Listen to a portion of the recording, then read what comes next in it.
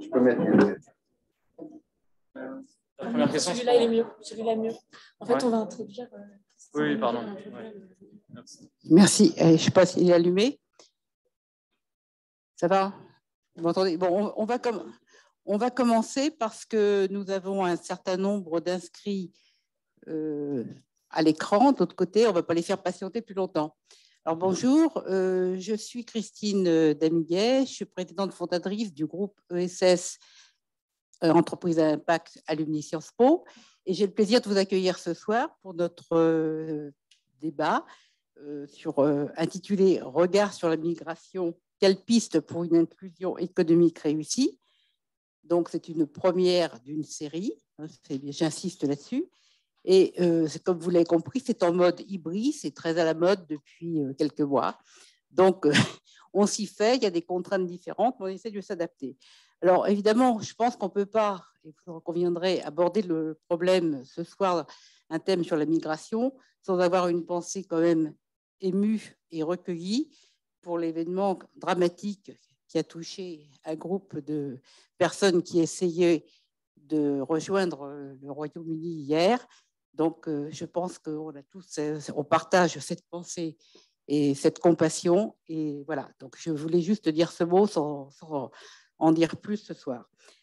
Je voudrais avant tout aussi remercier la mairie de Paris qui nous fait l'honneur de nous accueillir ce soir, ce qui nous permet d'avoir une partie en présentiel. Ah oui, on me fait signe qu'il faut se mettre plus par là, d'avoir une partie en présentiel. Voilà, et donc je voudrais vous dire que M. Sancher-Huivo, qui est adjoint à la maire de Paris chargé de l'Europe, va introduire notre soirée en nous parlant du dispositif du label Paris-Europe qui a été décerné à Singa récemment. Alors, voilà. Donc, juste avant quand même de vous passer la parole, je voudrais également remercier nos intervenants qui nous font l'amitié d'être là ce soir, Singa. Et Singa, je voulais vous dire, ça nous est paru une évidence incontournable de faire appel à eux pour entamer cette série sur la thématique que j'ai évoquée. Donc, je voulais dire également que c'est Victoria Davers-Bornos, qui est membre de notre groupe et qui est journaliste, qui animera la soirée. Et là, on a d'autant plus de mérite qu'elle est aussi à l'initiative de cette thématique. Donc, je ne vais pas me faire plus patienter d'autres autres, parce que je sais que vous avez un impondérable, un calendrier, des soirées extrêmement chargées, donc je ne vais pas vous retarder. Si vous voulez avoir la gentillesse de nous parler un tout petit peu du dispositif, et je reprends la parole après. Merci, monsieur. Merci, Madame la Présidente. Merci, Monsieur le Directeur Général, chères équipes ESS et Singa. Pour la ville de Paris et pour l'adjoint à l'Europe que je suis, attribuer le label Paris-Europe à une initiative comme celle de Singa est tout à fait logique.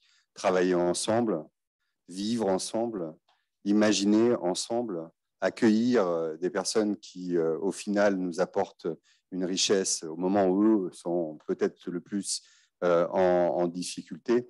Tout ça fait partie d'une logique que je retrouve parfaitement, y compris dans le travail que nous formulons ici au sein de la ville de Paris. Vous accueillir est presque un minimum, et c'est peut-être justement l'un des points où on peut aider aussi l'ensemble des structures. On ne le fait pas que sur cette thématique, mais on a à cœur tout particulièrement sur cette thématique. Et je veux d'ailleurs remercier les équipes de la DGRI, Adrien et Léa plus particulièrement, puisqu'ils ont suivi ce label. Le label Paris-Europe, ce sont 80 000 € qui sont mis à disposition. Alors, il faut s'inscrire, il faut présenter un dossier, c'est jusqu'au 12 décembre de chaque année. Ensuite, il y a un jury qui se réunit de façon très sérieuse, d'où l'importance aussi que les dossiers soient traités de façon très complète.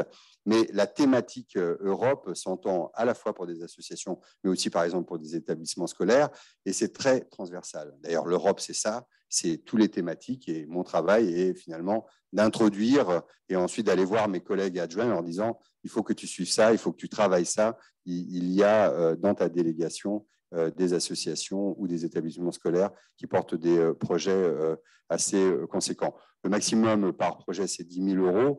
On ne donne pas plus que ce qu'on nous demande, ça c'est déjà un premier principe. On ne donne pas tous les ans, donc c'est minimum tous les 2 ans. Mais j'attire l'attention sur la diversité des thématiques. On a pu traiter des questions liées à la peine de mort à partir du moment où on allait aussi chercher les réalités dans d'autres pays, comme on a pu avoir à suivre des projets beaucoup plus culturels, mais parce qu'ils impliquaient, par exemple, un public plus difficile, y compris dans notre surface de territoire parisien. Le label, c'est au final une dizaine de projets qui, tous les ans, sont retenus par un jury qui retrouve l'ensemble des couleurs politiques du Conseil de Paris, plus des journalistes européens, plus la Maison de l'Europe et les représentants de la Commission européenne et du Parlement européen. Si j'avais un dernier mot à dire là-dessus, et je vous laisse découvrir sur paris.fr et sur les pages Europe tous les détails du label Paris Europe, c'est qu'on s'est aperçu dans ces dernières années que finalement, là où d'habitude les associations où il y a écrit Europe dessus, très naturellement nous contactaient, eh bien, il y a de plus en plus de structures qui découvrent ou qui se disent que finalement, dans leurs activités, il y a forcément un volet Europe et je crois que c'est l'un des principaux objectifs. Voilà, je n'en dirai pas beaucoup plus. Je vais vous souhaiter le meilleur possible, y compris dans le travail ce soir et juste confirmer évidemment combien la ville de Paris, la maire de Paris et l'adjoint que je suis sont évidemment très ouverts et très disponibles pour ces actions. Madame la Présidente, je vous rends le micro et bonne soirée. Merci Monsieur l'adjoint pour cette introduction. Alors, moi, je voudrais aussi encore insister sur tout le mérite qui revient quand même à notre camarade, dont tu es là, Victoria. Et également, je veux dire un petit mot de remerciement pour l'équipe d'Alumni Sciences Po, l'équipe de l'événementiel, et je parle d'Alessandra et de Julie, Alessandra Martinez et Julie Rousseau, qui nous ont beaucoup aidés, qui ont encore œuvré ce soir et qui sont encore là pour nous aider jusqu'au bout de cette manifestation. Alors, je voudrais d'abord dire un tout petit mot sur le contexte de cette manifestation et puis quelques mots aussi sur le groupe Économie sociale et entreprises à impact, parce que vous n'en faites pas tous partie. Alors, pour ce qui est du cadre, du contexte, je voulais dire qu'on a résolument choisi de parler exclusivement de l'inclusion économique des personnes. Et on a choisi cet angle justement pour écarter tout débat polémique et politique, parce qu'on s'est dit que nous, on le voyait sous l'aspect économie sociale et solidaire. Et pourquoi? Parce que l'ESS, c'est justement une façon d'aborder les questions de société, mais avec une recherche de solutions pratiques et efficaces, mais également une façon de le faire avec un esprit de bienveillance totale. Donc, on s'est dit que le débat politique n'était pas forcément propice à ce climat. Donc, pour l'instant, on est vraiment résolument sur ce choix-là. Ça me donne l'occasion de vous parler un petit peu des valeurs de l'ESS, parce que vous n'êtes pas tous membres de notre groupe. Donc, les valeurs de l'ESS, vous le savez, ça concerne des structures qui sont toutes définies d'après le statut, mais surtout qui ont comme caractéristique, effectivement, d'avoir une gouvernance et puis un centre d'intérêt commun. Donc, c'est vraiment l'essentiel de l'ESS. Et ça, je ne vais pas vous débattre là-dessus, mais je pense que vous pouvez aussi, vous en savez déjà pas mal. Mais je peux vous dire effectivement que, monsieur le ministre, cher Benoît, personne ne pourrait mieux en parler que vous, parce que vous avez quand même été le Premier ministre sous la Ve République à avoir en charge l'économie sociale et solidaire, et qu'on vous doit énormément de choses, notamment cette loi du 31 juillet 2014, si ma mémoire est bonne, qui a permis de définir le périmètre de l'ESS plus précisément. Donc, un grand merci. Donc, c'était un petit pas pour la République, mais un grand pas pour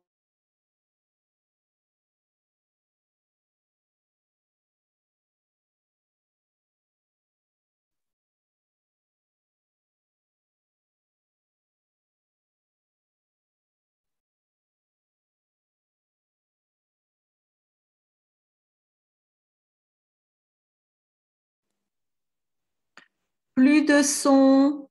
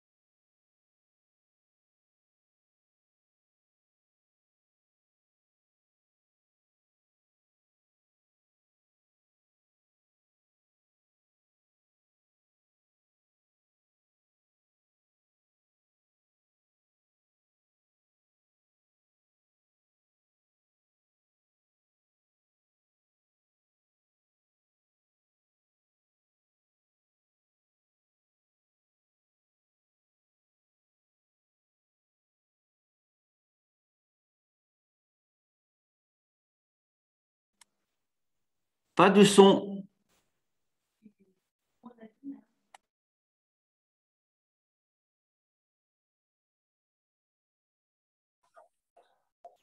Oui, toujours pas de son. Mais on peut se parler entre nous. Hein. Je sais pourquoi c'est le premier temps à avoir fait sa boîte de streaming. Oui. Et qui organise ça pour les.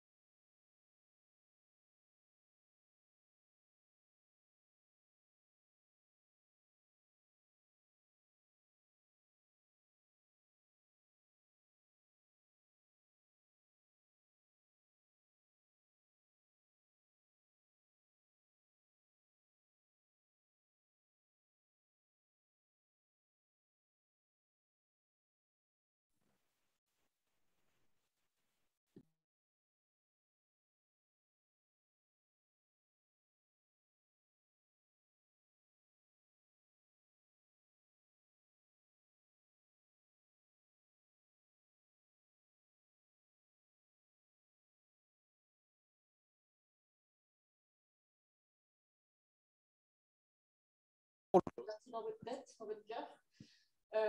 Récemment, vous avez été rejoint au mois de septembre par Fatemeh Jailani, qui est directrice des opérations, nouvelle directrice d'opérations, et qui épaule Benoît Hamon. C'est moi qui l'épouse. Vous travaillez ensemble, c'est qui vous êtes le nouveau directeur général depuis le mois de septembre. Merci à tous les trois d'être ici, sincèrement. Je vais commencer, je vais vous donner la parole, Benoît Hamon, en premier. On ne vous présente plus, mais on va le faire un petit peu.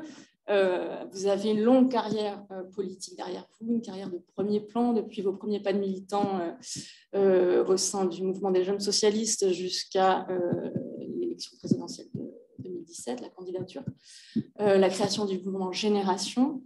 Vous avez eu de multiples combats. Récemment, vous avez publié un livre sur la question du revenu universel. Qu'est-ce qui vous a fait choisir cette cause parmi tous les combats que vous avez menés et qui sont les vôtres encore aujourd'hui, certainement? D'abord, bonjour. Je réfléchissais à votre question. En fait, je n'ai pas choisi cette cause en septembre. D'abord, on s'est un peu choisi tous ensemble, pour ce qui est en tout cas de Singa. Et puis pour la cause, je crois que parmi d'autres, mais sans doute beaucoup d'entre vous qui êtes ici ou dans la salle, on est à la fois très sensible au fait que quand on évoque les migrations, je vais d'abord parler des migrations en France, on l'évoque à travers des nombres, et des nombres qui effacent des personnes. Et on l'évoque à travers des chiffres ou des mots qui, vous évoquiez tout à l'heure le catastrophisme ou le misérabilisme, et qui ont de plus en plus une connotation belliqueuse.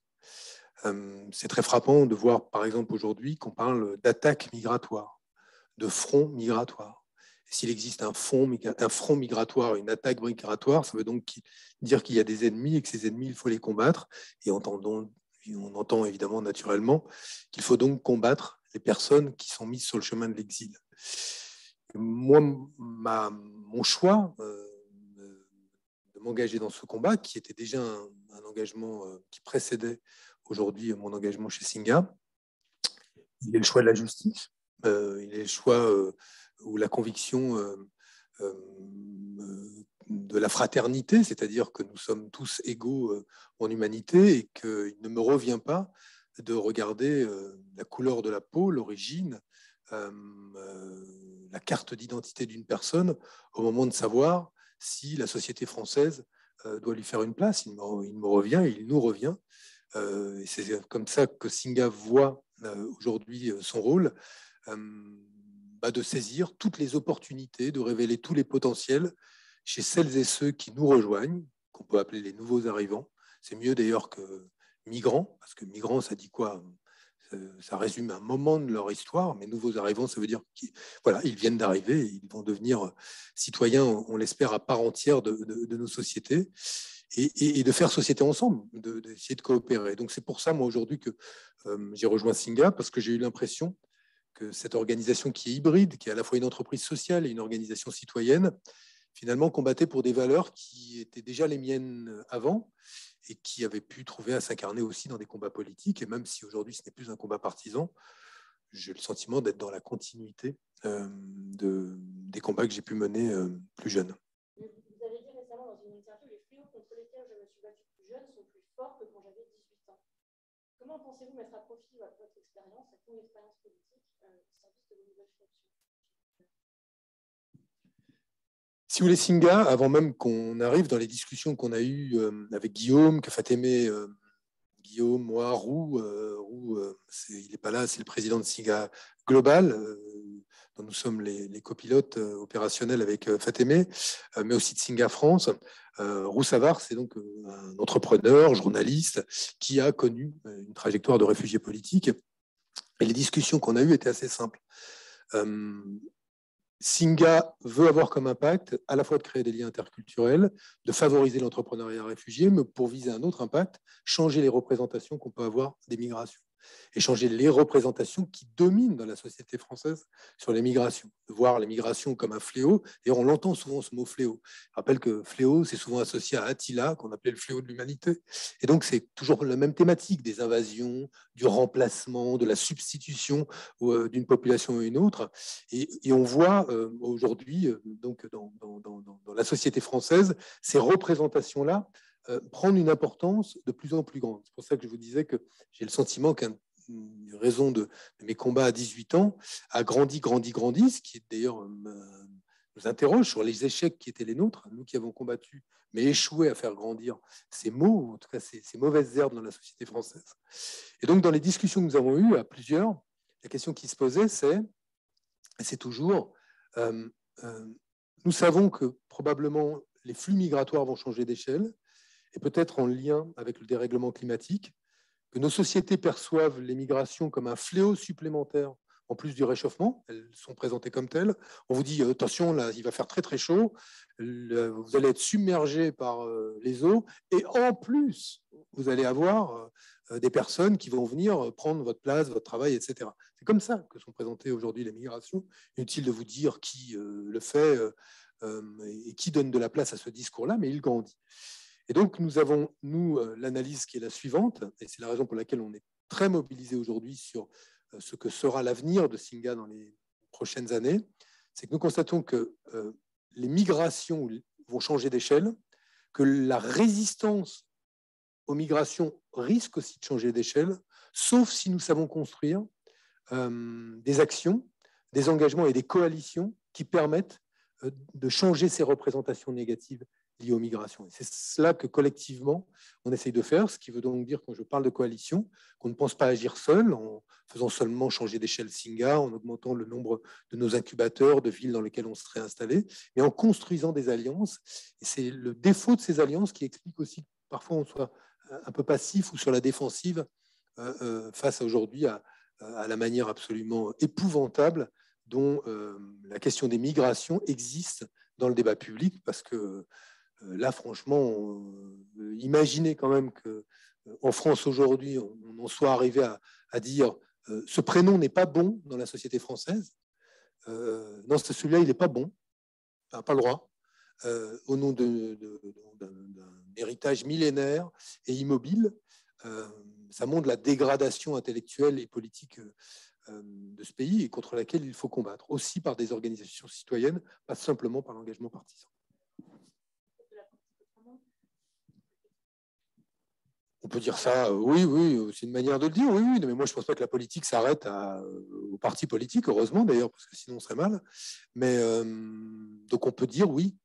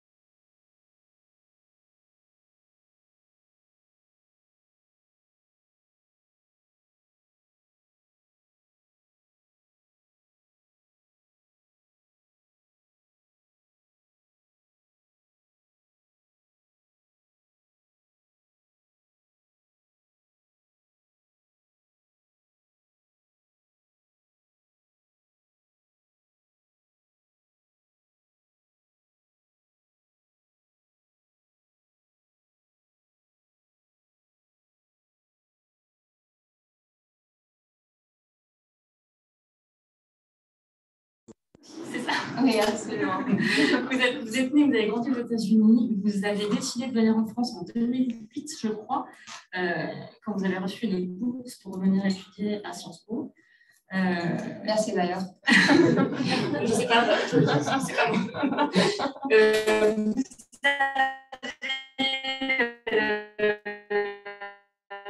Travaillé ensuite beaucoup à Bruxelles, et vous vous définissez comme européenne par accident. Je trouvais cette formulation très intrigante et j'aimerais vous demander en quoi votre parcours, en partie accidentel, qui vous façonne, en quoi c'est votre force aujourd'hui et en quoi ça va vous servir dans vos nouvelles missions. C'est une bonne question.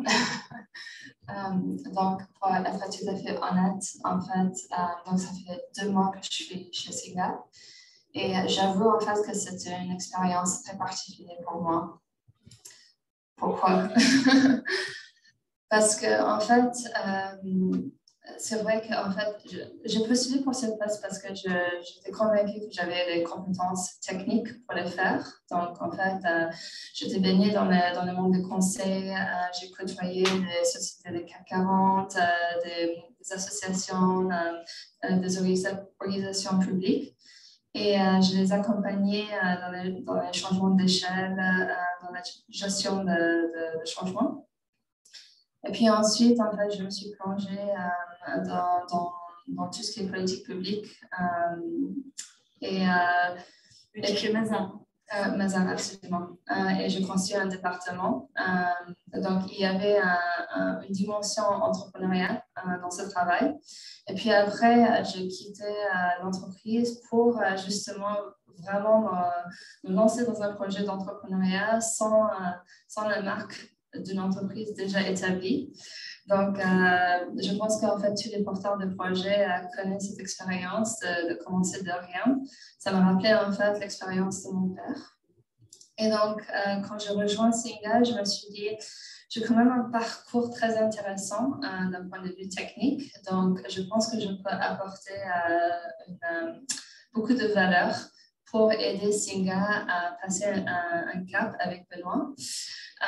Et donc, en fait, de capitaliser sur ce qu'ils ont fait ces 10 dernières années pour développer des innovations plus poussées et qui va éventuellement, et c'est mon souhait, changer le regard sur la migration.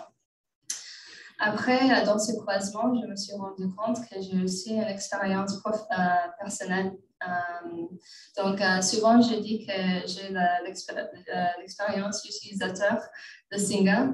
Ce n'est pas tout à fait vrai. Je pense que c'est mon père qui a eu l'expérience d'utilisateur de Singa. Donc, il a immigré avec ma mère et mon frère et ma sœur aux États-Unis pendant la guerre avec l'Union soviétique.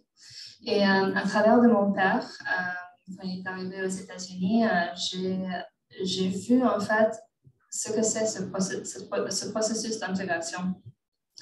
Et à l'époque, sachant qu'il n'y avait pas de Singa, mais aux États-Unis, en fait, il y avait un fort dynamique de communauté qui a aidé mon père de s'en sortir, même si ça a pris beaucoup de temps. Et aujourd'hui, en fait, je pense que à travers l'expérience de mon père, je vois des choses dans cette organisation. Déjà, en fait, quand je suis rentrée, j'ai vu le potentiel. Je me suis dit, waouh, si Singa existait aux États-Unis et quand mon père était là, peut-être il aurait pu éviter de galérer pendant 10 ans et que finalement, en fait, la société d'accueil aurait pu profiter de son potentiel pleinement après 3 ans. Et puis, pour ma part, en fait, ce que je me suis rendu compte et que, en fait, chez Singa, même si j'ai cette capacité technique pour faire mon travail, je vois les angles morts parfois. Je vois entre les lignes, je vois les nuances. Et puis, avec Benoît et Guillaume à mes côtés, c'est vrai que cette diversité est très puissante parce qu'ensemble, en fait, je pense qu'on se nourrit mutuellement. Hier, vous m'avez dit, en fait, notre objectif, c'est d'arriver à accompagner les personnes, nouveaux arrivants, pour qu'ils parviennent en 3 ans à faire le chemin que votre père a fait en 10 ans. Là, vous avez presque 10 ans d'expérience, vous, en tant qu'association. Vous avez déjà pu mesurer votre impact. Du coup, on va en parler. Peut-être vous, question à vous, Guillaume Capelle. Quelles sont les mesures phares qui jusque-là, vous permettent d'atteindre ces résultats? Je sais qu'il y a le programme J'accueille qui a connu un succès au-delà de vos attentes, je crois, récemment. Est-ce qu'on peut commencer par là, peut-être? Dites-moi. Bien sûr, on peut commencer par J'accueille. C'est une des innovations de Singa qui nous a fait aussi connaître du grand public. Et c'est une innovation pure sérendipité. J'aime bien dire ça parce qu'en fait, ce qui nous a amené à J'accueille, en fait, n'aurait jamais dû se passer. On est en 2013. L'un des entrepreneurs qu'on accompagne est un blogueur, journaliste, et il se fait hacker en fait son site internet. Et c'était à peu près la 5e fois qu'il se faisait hacker en quelques semaines. Et donc du coup, on commence à se poser la question de quels sont les usages du numérique par les réfugiés, pour essayer de comprendre en fait quels sont les risques spécifiques en fait pour une personne qui est réfugiée d'utiliser en fait le numérique et comprendre est-ce qu'il y a des opportunités. On lance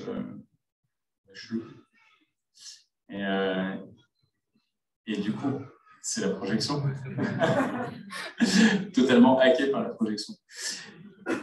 Et on a lancé en fait un appel à chercheurs pour faire une étude sur ce sujet-là, qui a eu la chance d'être relayée par Oxford et par les Nations Unies. Et donc, on s'est retrouvé à faire dans une quinzaine de pays une étude sur tous les usages du numérique par les réfugiés et pour aussi les réfugiés. Et on s'est rendu compte de 2 choses. Déjà, les réfugiés étaient connectés. Ça, c'était la première chose, c'est que contrairement en fait, à l'idée qu'on s'en faisait, il y a énormément de gens, en fait, la majorité qui avaient un accès à la 2 ou 3G et qui avaient accès en fait, à des smartphones ou des téléphones. Et la deuxième, c'était que l'ensemble des organisations qui travaillaient sur ce sujet, lorsqu'on allait sur leur site internet ou lorsqu'on allait sur les applications mobiles qu'elles créaient, ne s'adressaient pas au public. S'adressaient à des bénéficiaires, s'adressaient à des bénévoles, s'adressaient à des partenaires, s'adressaient à la presse, s'adressaient à peu près à tout le monde, sauf aux personnes concernées. Donc, on a décidé de faire un hackathon pour imaginer des nouvelles solutions qui parlent directement aux gens sans créer d'intermédiaires. Et le premier projet qu'on est sorti, c'est un projet de plateforme d'accueil chez les particuliers. Et on a cherché un nom à ce moment-là et on ne savait pas vraiment. On va essayer de résoudre. Ouais, je ne sais pas ce qu'elle va faire, elle va couper le son. Et bon, bref, on s'est retrouvé une solution d'hébergement et on n'avait pas de nom, donc on a récupéré le nom d'un restaurant qu'on voulait faire qui avait été fait, qui s'appelait Calme. Et on a lancé ça, bootstrap, pendant l'été 2015, en se disant on va essayer de faire quelques accueils pendant l'été pour voir comment ça marche. Moi, je prends une semaine de vacances, je pars à New York, je dis à ma femme, t'inquiète, je lâche Singa, ça faisait 2 ans que je n'avais pas pris de vacances, je ne m'occupe pas de quoi que ce soit, même s'il se passe un truc. Et en fait, je me réveille le premier jour où on était là-bas, et j'avais 40 messages, j'avais 40 textos sur mon téléphone, Europe 1, France Inter, etc. Donc je me dis, oula, il s'est passé quelque chose. Et en fait, ce oula, en fait, c'est la photo d'Elan Kurdi qui a changé en fait la donne en France et aussi partout en Europe et partout en Amérique du Nord, et qui a fait que soudainement, tout le monde s'est mis à chercher des solutions citoyennes. Et donc, nous qui testions notre outil, en fait, on s'est retrouvé avec 12 000 inscriptions de personnes partout en France, puis la Corse jusqu'à Dunkerque, tout type de catégories socio-professionnelles qui voulaient accueillir des réfugiés chez eux. Et donc, du coup, on a fait quand même un peu un classement, parce qu'il y avait des propositions un peu bizarres dans le lot. Et qu'on devait s'assurer que c'était dans des bonnes conditions. Mais on a quand même réussi en l'espace de 6 ans maintenant à loger plus de 650 personnes réfugiées sur des périodes longues, plus de 6 mois, 9 mois, parfois 12 mois, chez 2500 accueillants. Ça a un impact gigantesque sur les personnes qui sont accueillies parce qu'elles accèdent plus facilement à l'emploi, à l'université, elles apprennent la langue plus facilement, elles se font un réseau en fait, professionnel et social beaucoup plus rapidement que si elles passent par d'autres dispositifs.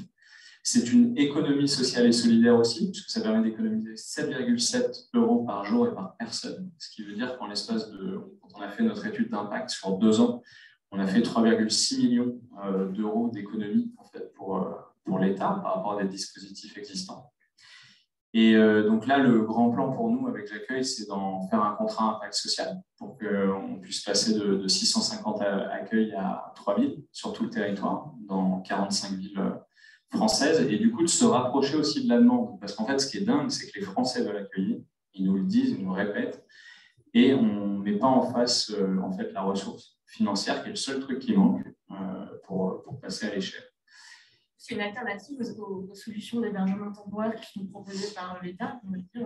Oui, je ne sais pas si c'est une complémentarité, parce qu'en fait, après, l'alternative, honnêtement, les solutions existantes, il faut les revoir complètement, parce qu'en fait, elles sont de mauvaise qualité et il y a d'énormes progrès à faire, mais elles ne sont pas suffisantes. Il y a encore des gens qui sont dans des situations déjà de précarité, etc. Mais c'est surtout qu'il y a pas mal de gens qui n'ont pas envie en fait, d'être isolés en fait, dans un hôtel ou dans un centre d'hébergement, mais qui ont plutôt envie d'être en interaction.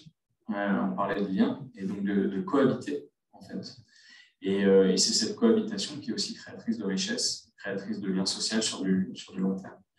Voilà. Et l'une des choses importantes aussi que je voulais dire, c'est bon, évidemment, J'accueille, c'est un projet qui a eu un impact phénoménal. On est très, très fiers de ce projet. Mais on s'est équipé ces dernières années pour qu'on ait des incubateurs dans la plupart des villes où on est présent, pour que puissent naître des projets comme J'accueille. Et je vois plusieurs projets, plusieurs entrepreneurs aussi qui sont dans la salle. Et je vois l'OCR, je vois UNIR. Et je sais en fait que l'objectif pour nous, c'est de constituer un écosystème aussi gigantesque de solutions comme celle-là, parce que Singa n'aura pas du tout la capacité de créer toutes les solutions. En revanche, si on crée la plateforme pour que chacun qui a une envie, qui a un projet, puisse se lancer, puisse en écosystème bosser avec les autres, et donc du coup avoir un impact plus fort sur un plus grand nombre de bénéficiaires, et ben, je pense qu'on atteindra ce que Benoît disait tout à l'heure, cette idée qu'il faut se mettre en action, qu'il faut s'engager et que peut-être on évitera le pire. Aujourd'hui, c'est 20 incubateurs, je crois, partout en Europe. Non, on aimerait bien. On est à 9 incubateurs. On a une présence dans 17 villes où parce que parfois ça ouvre, parfois ça ferme. Avec plutôt des communautés qui sont là pour se rencontrer déjà, parce qu'en fait, c'est la rencontre qui génère après les projets. Mais on a 9 incubateurs, on va en ouvrir un nouveau là, à Strasbourg. Et puis, il y en a d'autres aussi qui vont naître dans... Mais ça, je passerai la balle au bon à Mekana. Et Benoît Hamon, en fait, une de vos missions, c'est justement d'aider ce passage à l'échelle et de développer l'association, l'organisation internationale aux États-Unis, en Amérique du Nord, c'est ça? Oui, on va commencer en Amérique du Nord, on est à Québec, mais en fait, notre priorité, c'est aujourd'hui, c'est déjà de bien faire là où nous sommes, c'est-à-dire dans les pays dans lesquels nous sommes implantés, d'améliorer nos impacts en France, en Allemagne, en Suisse, au Luxembourg, en Belgique, en Espagne, où nous sommes implantés, et d'imaginer après, effectivement, un développement de Singa. Alors, on va respecter un certain nombre de plateaux, on ne va pas non plus partir dans un développement tous azimuts, voir qui pourrait ouvrir le risque de perdre le fil de notre raison d'être. Notre obsession, on dit, c'est mission first. Donc, d'abord, penser à qui nous voulons être utiles et on réfléchit ainsi. C'est-à-dire, est-ce que ce développement d'un nouveau programme, ce développement d'une nouvelle implantation va répondre ce qu'on estimait être les besoins des personnes réfugiées et faciliter leur inclusion, ou est-ce qu'on est dans une logique qui est de croissance organique comme n'importe quelle entreprise, ce qui n'est pas ce que nous privilégions. Donc on a cette réflexion alors en tout cas deux terrains, on va dire deux zones, deux aires dans lesquelles nous pourrions nous développer un jour. Le bassin méditerranéen est à l'évidence une aire de développement pour Singa, tant au sud de l'Europe, évidemment, qu'au nord de l'Afrique. Et c'est une réflexion que nous avons, d'abord parce que nous avons des contacts, mais c'est une réflexion que nous avons parce que c'est un lieu de circulation et de mobilité de millions de personnes. Donc nous réfléchissons donc à cette possibilité de développer Singa dans le bassin méditerranéen. Et puis, aussi sans doute en Europe de l'Est, parce que nous voyons une grande partie des crispations à l'égard des migrations, des flux migratoires, de la figure même de la personne exilée, ne sont pas que le propre de sociétés comme la nôtre, mais aussi d'autres sociétés en Europe. Et il peut faire sens pour Singa, dès lors que sa mission, c'est de changer ses représentations. Bien de s'implanter, peut-être en Pologne, peut-être ailleurs dans les nouveaux États membres de l'Union européenne, comme des lieux d'implantation pour Singa. Je pose ça là. Aujourd'hui, il n'y a pas de Singa Varsovie en projet, et ça fait partie de nos objectifs.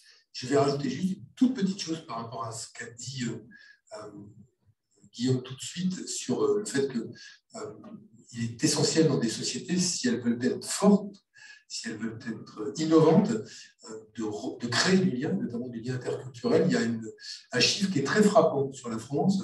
C'est quand on interroge les personnes réfugiées sur les contacts et les relations qu'elles ont avec les personnes qui n'appartiennent pas à leur communauté immédiate, à leur diaspora, ils sont seulement 12% des personnes migrantes ou réfugiées à dire avoir eu un contact ou une relation avec un Français qui n'était pas payé pour leur parler. Pas de ceux qui sont au guichet d'une administration et qui vont recueillir leurs demandes. Ils ne sont que 12%, donc 1 sur 8, à dire entretenir une relation ou avoir entretenu une relation donc amicale, un échange avec des personnes alors qui ne sont pas forcément françaises, mais des résidents ici qui ne sont pas payés pour le faire. Ça dit combien aujourd'hui la société française, quel que soit grand discours, ne sait pas fabriquer des liens. Elle n'en fabrique pas, en tout cas naturellement. Et qu'il est important pour nous de créer ces liens pour que naturellement, demain, ils se fabriquent, sans pour autant qu'il y ait besoin d'associations ou de lieux, d'espaces comme les nôtres. Donc c'est vraiment quelque chose d'essentiel. Donc Singa, on l'a dit, c'est liens. Et c'est vraiment un de nos objectifs aussi dans le changement des gestes. On parle de plus en plus d'économie de la migration, d'économie de l'asile. J'aimerais vous entendre sur cette question. Qu'est-ce que ça représente? Vous proposez donc des incubateurs. Je crois, vous avez peut-être confirmé ou infirmé qu'il y a eu 300 entreprises qui ont été créées grâce à vos incubateurs. De quoi parle-t-on quand on parle d'économie de la migration? Est-ce qu'on peut faire du business à partir de la migration? C'est un petit peu, ça peut même être un peu chaud. Vous faites aimer Jaylani, peut-être que vous pouvez nous dire quelques mots sur cette question, ce que vous en pensez? Si on peut faire du business de l'immigration, en fait, je pense qu'il ne faut pas poser la question de cette manière. Je pense qu'aujourd'hui, en fait, la question est comment on peut tirer le mieux de l'immigration. Aujourd'hui, chez Singa, donc en fait, avant que la conférence commence, en fait, il y a quelqu'un qui m'a dit qu'en fait, complètement, c'est pas ce que Singa fait. Donc peut-être c'est l'occasion d'expliquer. Donc, en fait, Singa est reposé sur 3 piliers d'activité. Donc, on fait le community building.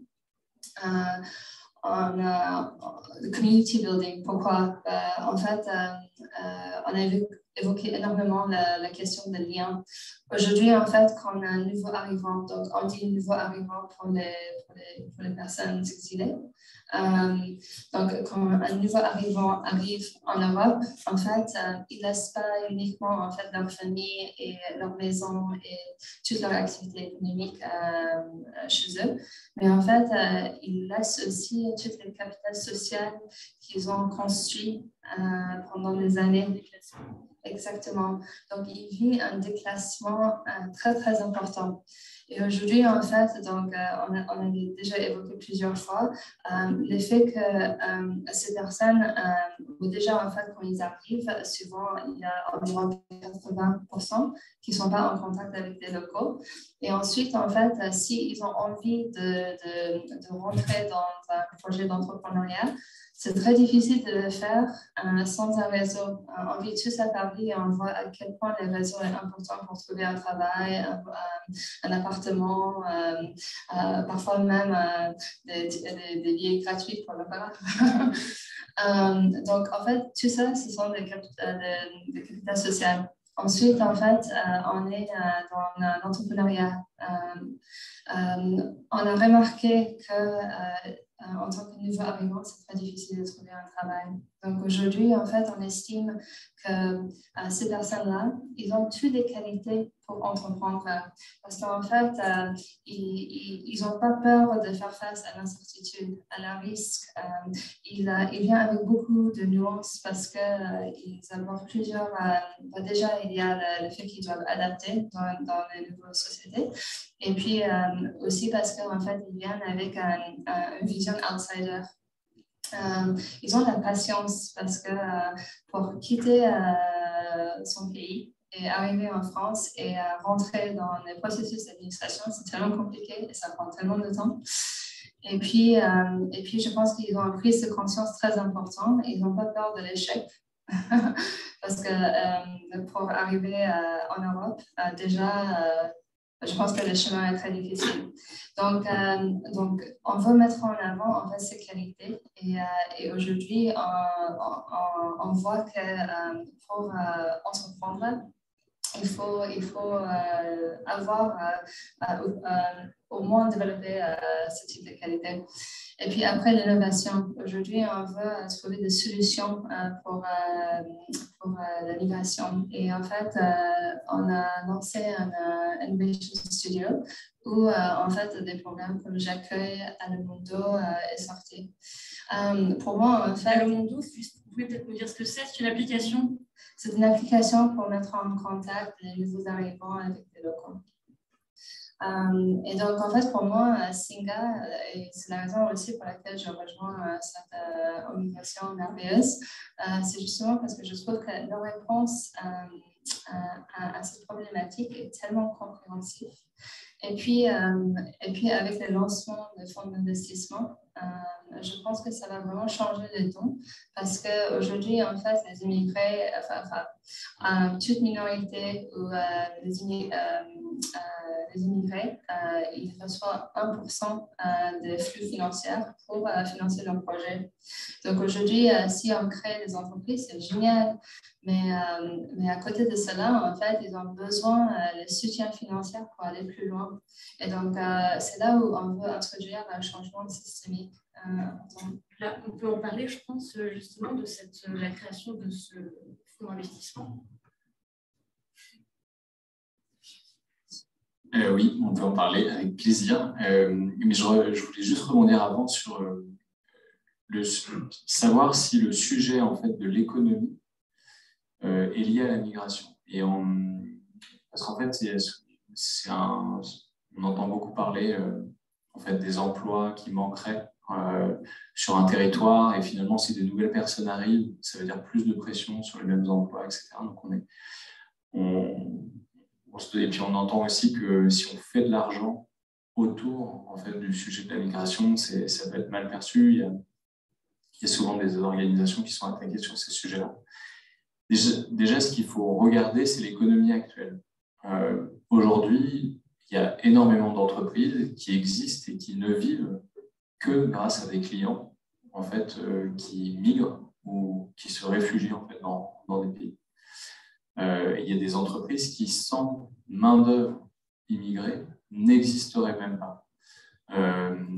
Et ce n'est pas toujours les entreprises les plus éthiques, mais c'est aussi parfois des grosses entreprises qui sont essentielles pour l'infrastructure dans nos pays, sur parfois des métiers en tension.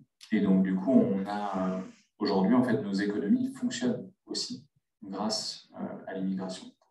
Je pense, pour en nommer, Honnête, des entreprises du bâtiment, Deliveroo, des boîtes comme celle-là, en fait, elles n'existeraient pas sans cette main. Et la troisième chose qui est liée à l'économie, c'est l'innovation. Aujourd'hui, en fait, on constate que les entrepreneurs, en fait, dans notre économie européenne, pour plus de 21% d'entre eux, sont des gens qui ont immigré. Et il n'y a pas 21% d'immigrés en Europe. Donc, ça signifie, en fait, que les immigrés ont une propension, même plus forte que les natifs, à créer, en fait, des entreprises.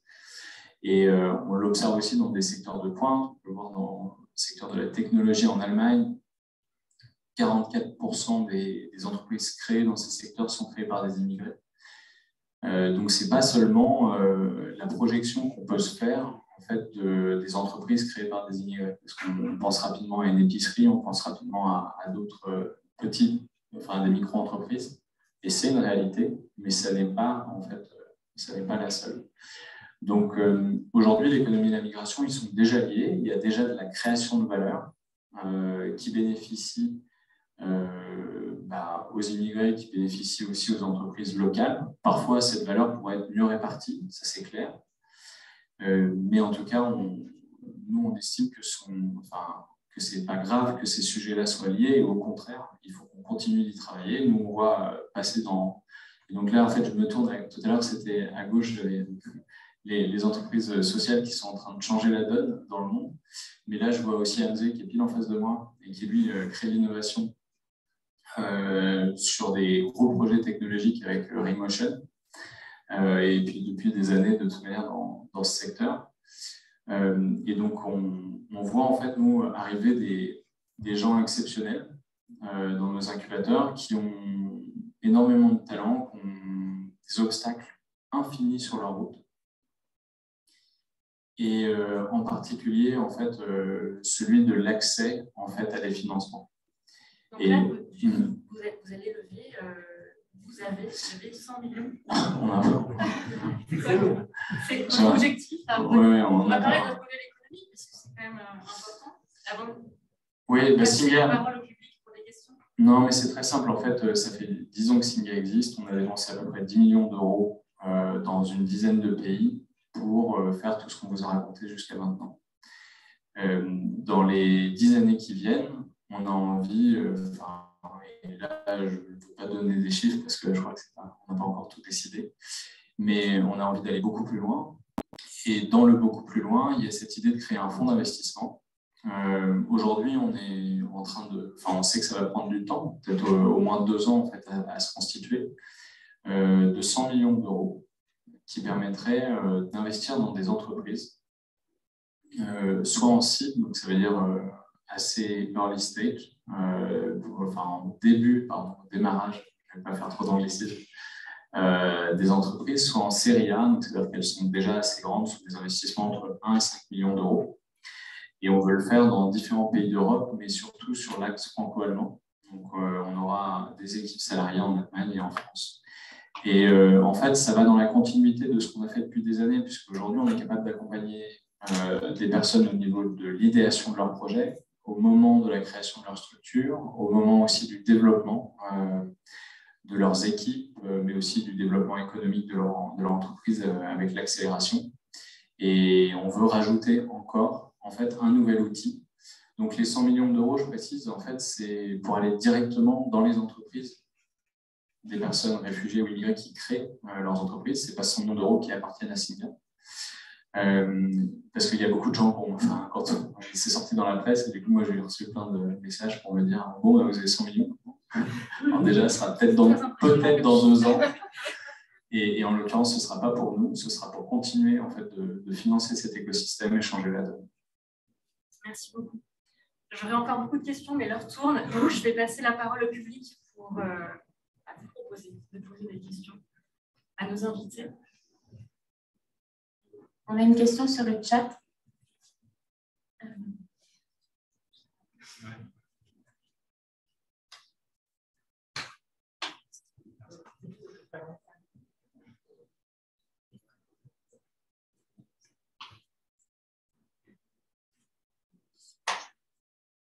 Alors moi, j'aurais une question. Si je suis arrivant en France en tant que réfugié, comment je connais Singa? Comment j'entends parler de Singa? Je peux y aller parce qu'il y a différentes manières. D'abord, la première, c'est qu'on travaille avec plein de partenaires. Et donc, du coup, c'est eux qui déjà vont potentiellement vous parler de Singa. La deuxième chose, c'est qu'on utilise les réseaux sociaux, donc on communique aussi, on essaie de réfléchir beaucoup à nos canaux de communication, s'assurer qu'on va être présent là où les gens vont chercher l'information. La troisième chose, c'est le bouche à oreille, parce qu'en fait, on communique assez facilement, soit au sein des diasporas, soit au sein même de groupes, en fait, sur les informations utiles. Donc, s'il y a des gens qui sont venus chez Singa, ils ont aimé ce qu'ils ont trouvé, ils vont en parler aussi sur leurs propres réseaux sociaux ou dans les endroits où ils vivent. Et donc, du coup, il y aura ça. Et la troisième chose, c'est qu'on essaye aussi nous de parier sur un peu des ambassadeurs. Donc, en fait, on va quand même s'appuyer sur des gens dont on sait que s'ils ont l'information, il va y avoir au moins une 50aine de personnes autour d'eux qui auront l'information. Donc, voilà. Et ça, ces personnes clés, elles sont fondamentales pour communiquer l'information à tout le monde.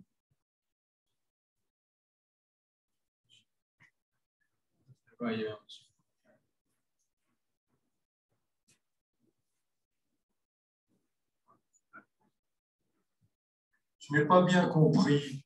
Vous parlez de migrants, vous parlez de réfugiés, mais ce sont des gens en situation régulière ou des gens vulgairement appelés sans-papiers? Je ne sais pas si ma question est claire. Si, c'est une question très importante de sémantique. Fatemeh, peut-être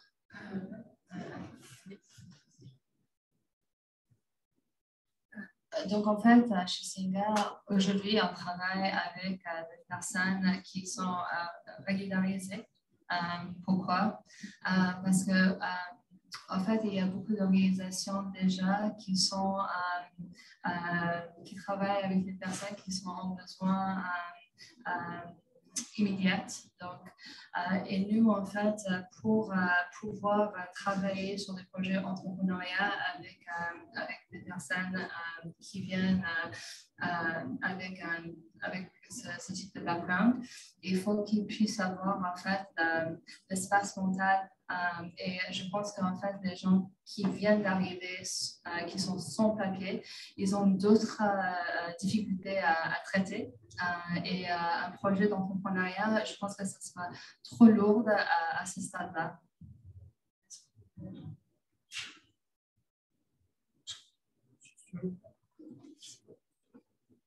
Oui, non, moi, souvent, on m'a posé la question de savoir si les gens sont légaux.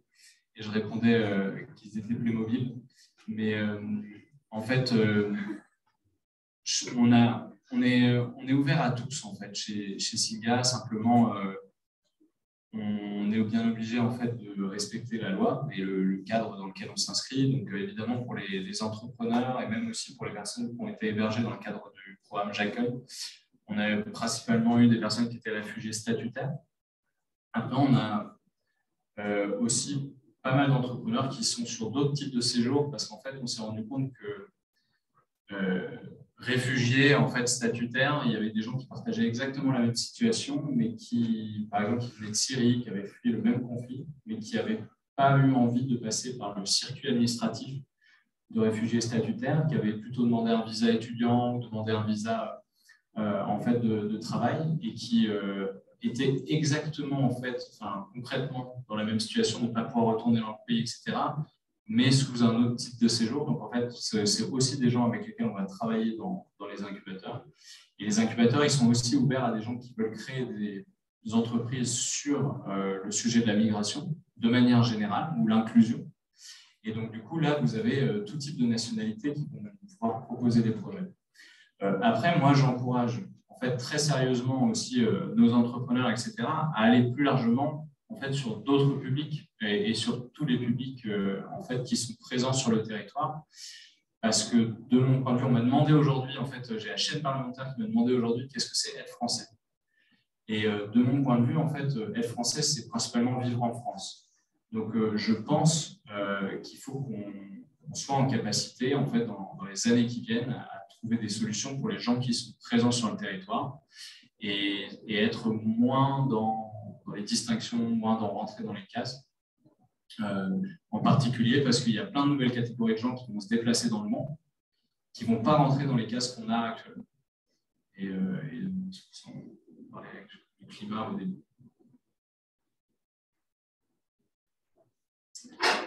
Bonjour, donc, je m'appelle Bertrand Séné. J'ai eu la chance de participer au programme qui s'appelait Buddy. Je ne sais pas si ça a changé de nom. Et donc, l'idée, c'est que j'ai rencontré donc, un réfugié politique du Bangladesh. Et ça a été extraordinaire comme expérience. J'en parle tout le temps. Parce que, d'abord, c'était quelqu'un qui était hyper cultivé. Donc, on parlait de politique, de démocratie, de toutes sortes de choses. On a parlé beaucoup de religion. Donc, il m'a parlé de l'islam pendant des heures et des heures. Et moi, j'ai découvert vraiment des choses que je ne savais pas, qu'on ne découvre pas nécessairement à travers les livres. Et puis, alors, ce qui était assez marrant, il y avait des échanges, on va dire, de décalage culturel. Donc, par exemple, il est arrivé une fois 1 heure à l'avance, donc il a sonné chez moi 1 heure à l'avance.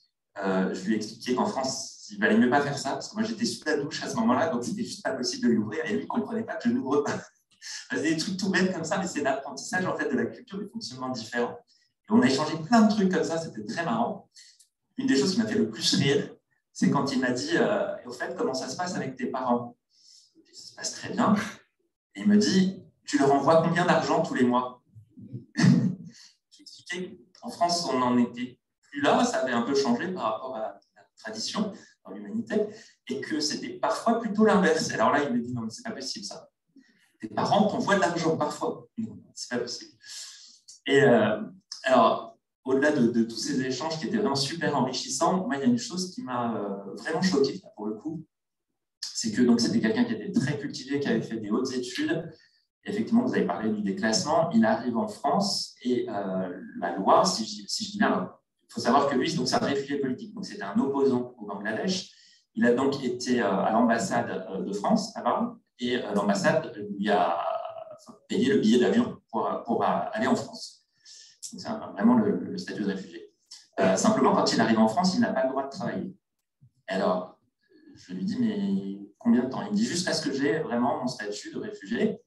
Donc, il est resté des mois et des mois sans avoir le droit de travailler. Excusez-moi, est-ce que vous pouvez poser votre question? Oui, justement, c'est ça ma question. Sur le chat, c'est hyper intéressant, mais on aura l'occasion aussi de pouvoir se parler après. Ça marche. Alors, c'est ça ma question. Merci. Donc, il arrive et pendant des mois et des mois, il ne peut pas travailler.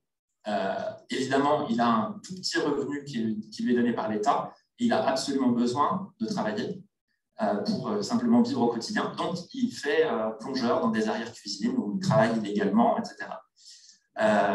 Au moment où il va avoir son statut de réfugié, il faut qu'il trouve un contrat, je crois, de travail. Donc, il le trouve en province, à Angoulême, je crois. Moi, je n'ai pas compris. Franchement, tout être humain, me semble-t-il, a besoin effectivement de se sentir utile, de travailler, etc. Pourquoi il y a ce système, effectivement, qui fait qu'ils n'ont pas le droit de travailler pendant un certain temps? Je ne comprends pas. Est-ce qu'on ne peut pas changer ça? Est-ce qu'il n'y a pas moyen de... Pourquoi ça existe? Je ne comprends pas.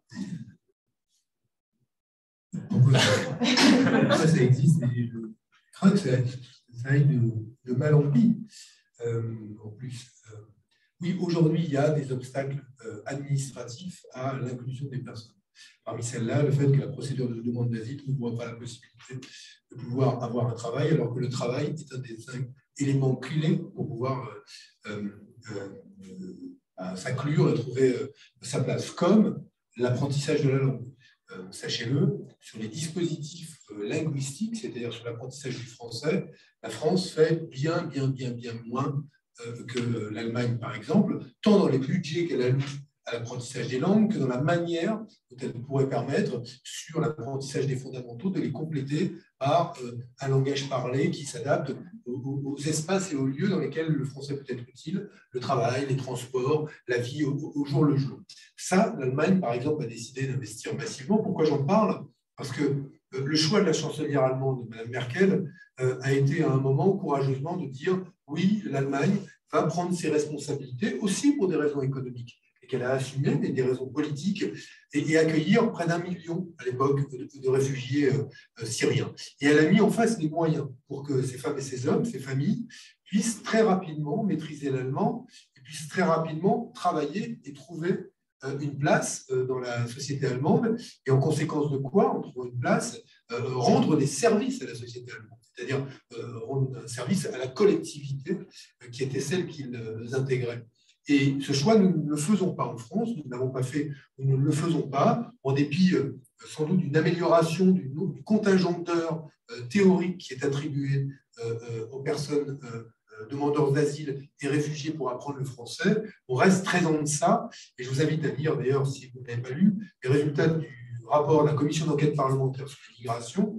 Ces deux auteurs, le président de la commission d'enquête, Sébastien Nadeau, et la rapporteure qui s'appelle Sonia Crimi, sont membres ou étaient membres de la majorité présidentielle, et ils se livrent, tant dans l'introduction que dans le contenu du rapport, à un réquisitoire sur la façon dont, alors ça ne date pas de ce quinquennat, disons les choses clairement, mais la façon dont on construit des obstacles à l'inclusion. Il y a des mots, la République, il y a une réalité administrative qui contredit les principes de la République pour ce qui relève de l'inclusion des personnes, des nouveaux arrivants. Et je vais prendre un autre exemple, c'est qu'on peut avoir le statut de réfugié politique, être autorisé à travailler et n'avoir toujours pas d'autorisation, de possibilité d'ouvrir un compte bancaire. Ça, c'est le cas pour un certain nombre de nationalités. Hamzé, c'est de quoi je parle. Iranien aujourd'hui en France, c'est la croix et la bannière quand vous avez une entreprise pour pouvoir ouvrir un compte, et vous êtes souvent obligé d'avoir affaire à des services financiers en ligne ou extérieurs au territoire national pour pouvoir construire votre activité. On en est là. Et c'est pour ça que c'était, je crois, très important qu'on entende à la fois votre témoignage sur le fait que l'échange interculturel, c'est toujours un bénéfice réciproque et mutuel, et qu'on apprend évidemment les uns des autres.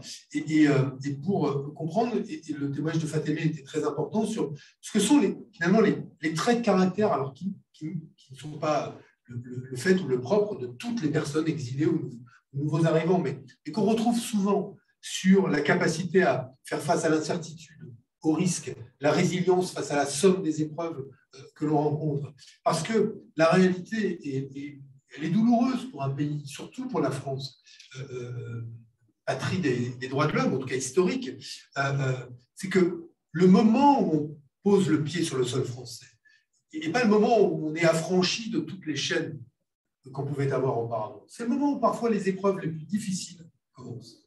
Parfois même, on entend des témoignages de personnes qui nous disent bah, c'est vraiment là le moment où je nourrissais tous les espoirs et ça a été une cruelle désillusion parce que j'ai enchaîné épreuve sur épreuve. Alors, tout ne se résoudra pas du jour au lendemain, vous l'avez dit, il relève aux responsables politiques, aux législateurs, de changer les lois, notamment sur la question de l'autorisation de travail. Et c'est un terrain sur lequel... hélas, et on le dit avec beaucoup de force, on aimerait que cette question-là soit posée plutôt que d'être toujours sur la défensive et de répondre aux méchants, et qu'on soit peut-être nous aussi mieux organisés pour faire face. Luther King disait que le problème, c'est que ceux qui aiment la guerre sont toujours mieux organisés que ceux qui aiment la paix. Il faudrait que nous qui aimons la paix et nous qui aimons la concorde, effectivement, peut-être qu'on fasse un effort d'organisation pour peser davantage dans le débat public et obtenir ces modifications qui seraient de nature à favoriser demain l'inclusion des personnes, ce qui n'est pas le cas. Et ceci, depuis des années, il y a pu y avoir des moments où c'était un peu mieux, mais là, la situation se dégrade indiscutablement pour beaucoup de ceux qui sont candidats, tout simplement à ne plus avoir un statut qui leur aurait collé comme une étiquette définitive sur le front, mais voilà, prendre leur place, à être des femmes et des hommes au milieu de la société française, point à la ligne, et qu'on arrête de dire qu'ils sont ou réfugiés, ou migrants, ou ceci, ou que sais-je encore, voilà, des femmes et des hommes.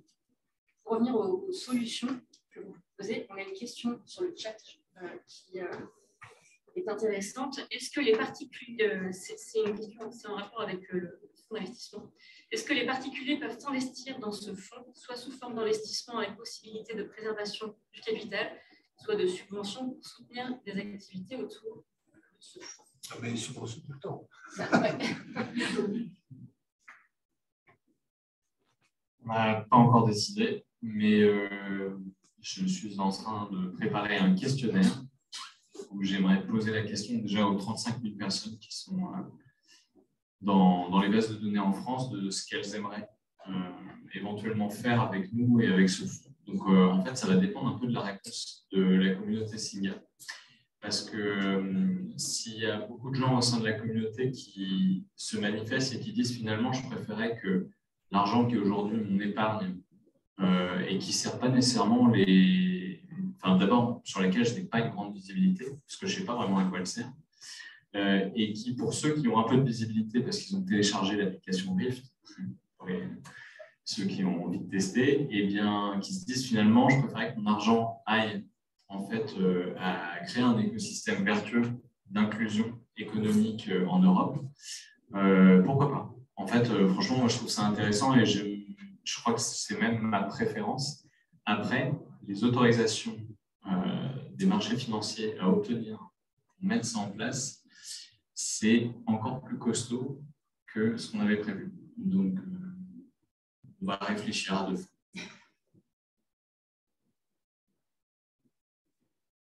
Bonjour, je m'excuse, je suis arrivé avec un peu de retard. Je viens du Brésil, je viens d'arriver il y a environ 2 semaines, 3 semaines. Je pense qu'il faut bien me présenter. Je suis diplômé en relations internationales à l'université de l'État de Paraíba, João Pessoa, au Brésil. À cause de ma formation, je connais très bien les problématiques liées au flux migratoire. Et même avec cette formation, j'ai eu des opportunités dans le secteur privé, surtout au Brésil, dans le domaine de l'informatique. Je viens de vous connaître, je viens de savoir qui est Singa, quelles sont vos propositions par rapport à vos métiers et à tout ce que vous dites maintenant. Je viens de prendre la parole, pas pour vous poser des questions, mais pour me mettre plutôt à disposition. Parce que je connais toutes ces problématiques par formation et par connaissance. Parce que, comme je vous l'ai dit, je viens du Brésil.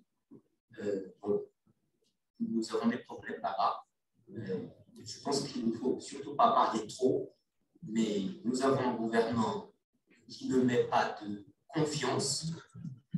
Et, bon, pour formation, pour volonté d'agir et de savoir quelles sont les problématiques, je me présente. Je m'appelle Thalys de Magalhães, ou des Magalhães, comme vous préférez. Et bon, je poserai peut-être une question de savoir comment je peux me rejoindre à vous. Voilà, c'est ça. Merci.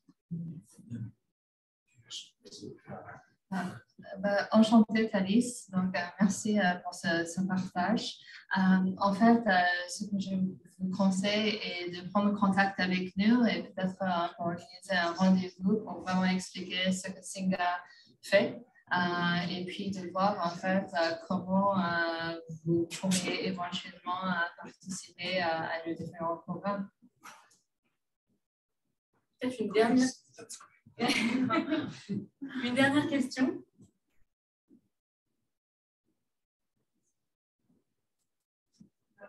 Et le monsieur, il a le bras levé, il va mourir. Hugo, tu veux la parole? Ah non, mais on peut en poser deux, allez-y. Non, très rapidement, je voulais juste remettre un peu l'action de Singa dans le contexte politique de 2022. Savoir comment vous envisagez des hypothèses politiques qui remettraient en cause votre activité, peut-être votre existence, ce que je ne souhaite pas, bien entendu. Et d'autre part, savoir comment vous envisagez d'ici les élections d'axer votre action sur le plaidoyer en faveur d'un certain nombre d'évolutions, notamment qu'on a évoqué tout à l'heure. Bon, alors si on en arrivait à remettre en cause le principe du droit d'association au point que nous disparaissions, puisque nous sommes une association, encore que, sans être dans vos pensées, je vois à qui vous pensez, bon, ce serait très très grave, mais sans attendre ça, c'est déjà grave. Ce qui se dit, ce qui s'entend, ce qui se partage dans le débat public, politique, citoyen, sans aucun complexe désormais, sans aucune timidité, le type d'extrémité auquel est parvenu le débat politique en France, et le fait que beaucoup de femmes et d'hommes aujourd'hui hésitent même à parler comme on vous parle des migrations, de peur de se retrouver pris dans un tourbillon sur les réseaux sociaux qui les mettent en cause. Et on en est là. Parce que la parole est rare, parce que même ceux qui pensent comme nous, parfois, n'osent pas dire ce qu'ils pensent. Bon, ça dit beaucoup hein, de l'état du pays, c'est très inquiétant. Ça ne nous empêchera pas, nous, parler, en tout cas de nous exprimer. La tradition de Singa, ce n'est pas d'être un acteur du débat public au sens on ferait des communiqués tous les 15 jours sur tous les sujets. On peut, nous, être très heureux, par exemple, du rapport de la commission d'enquête parlementaire, le faire savoir à son auteur, et pour autant, notre tradition, ce n'est pas de faire des communiqués. Par contre, c'est vrai qu'aujourd'hui, on fait le constat qu'il y a un certain nombre d'organisations associatives comme nous qui ont fait de la question de l'égalité, qui ont fait de la question de l'inclusion le cœur de leur action, sont prises pour cible par des médias qui sont en tout cas, dans la totalité du spectre des médias Bolloré déjà, et par d'autres médias d'extrême droite, conservateurs, réactionnaires, qui prennent pour cible ces organisations parce qu'elles seraient, je fais grossièrement, mais en même temps, en étant grossier, je pense que je suis à peu près à la hauteur des gens dont on parle, qu'on serait les agents du grand remplacement, qui est cette infâme théorie aussi absurde que stupide, selon laquelle s'opérerait sous nos yeux, effrayés et apeurés, un grand remplacement de la population millénaire française par des populations musulmanes et autres barbares. Vous connaissez le discours dans ce domaine-là. Je rappelle que cette théorie-là, qui aujourd'hui fait l'objet d'échanges paisibles dans certains camps politiques, est celle qui a armé le tueur de Christchurch, qui, revenant d'un voyage en France où il avait rencontré des défenseurs de cette théorie-là, s'est appuyé sur cette théorie pour tuer près de 50 fidèles dans une mosquée à Christchurch, en Nouvelle-Zélande.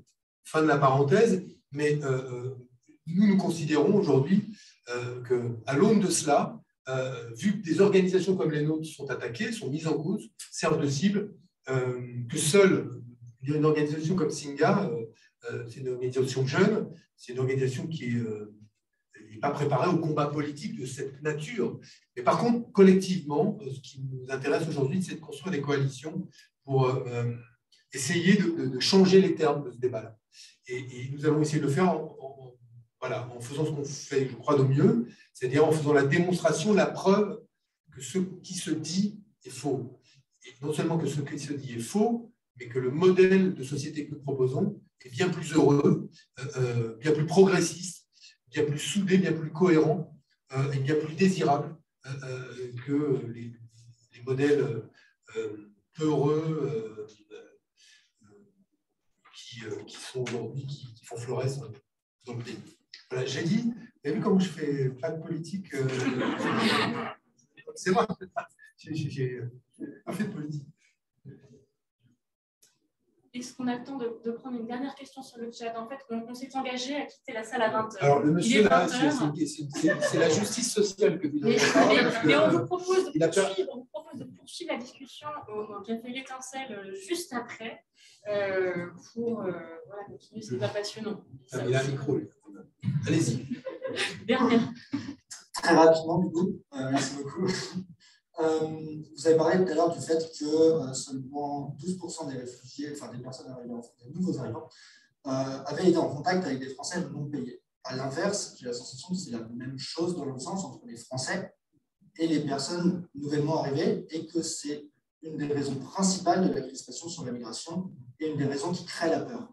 Comment Singa travaille à aller toucher des publics qui n'iront pas forcément vers les réfugiés, qui en ont peur, pour les faire se rencontrer et casser ces idées reçues.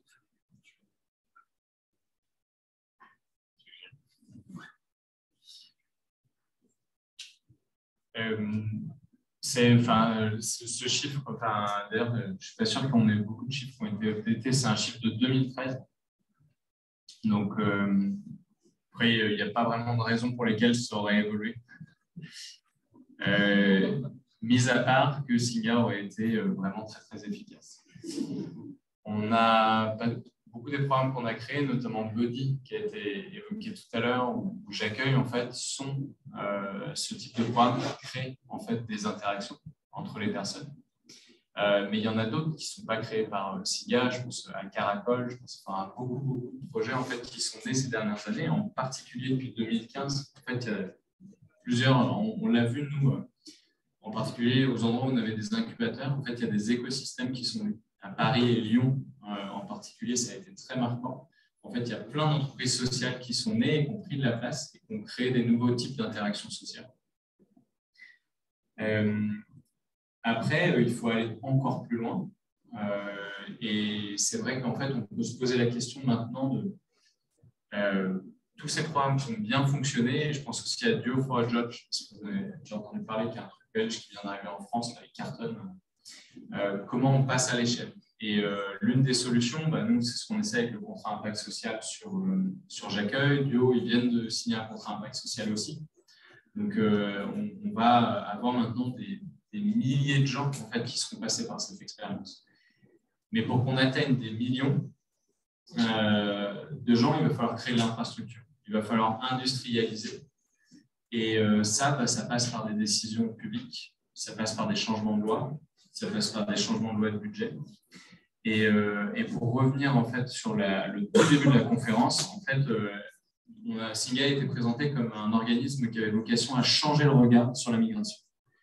Moi, je crois que c'est juste c'est l'externalité positive qu'on veut de nos activités, mais je crois que notre vrai métier, c'est de créer une nouvelle expérience. Et cette nouvelle expérience, c'est que en fait, tout le monde se soit rencontré. En fait. Parce que si justement on avait eu des échanges sur un pied d'égalité, ou pas forcément un pied d'égalité, mais pair à pair, avec chaque Français, avec au moins une personne réfugiée, et chaque réfugié au moins avec un Français, on ne serait pas dans la même société aujourd'hui. Merci beaucoup. On aurait voulu pouvoir prendre d'autres questions sur le chat, mais on va devoir s'arrêter là, malheureusement. Merci à tous les trois de nous avoir partagé votre expertise, d'avoir retracé l'histoire de Singa et d'avoir répondu de façon généreuse aux questions du public. Je te redonne la parole peut-être. Juste le mot de la fin pour remercier tous, remercier aussi Victoria pour le travail effectué, pour sa constance dans cette préparation. Et puis vous dire qu'on reste à disposition pour d'autres questions, comme je l'ai indiqué, puisque on a proposé de prolonger un tout petit peu au bistrot d'à côté. Et puis sinon, on retrouve très prochainement pour les autres saisons de cette série qui s'avère passionnante.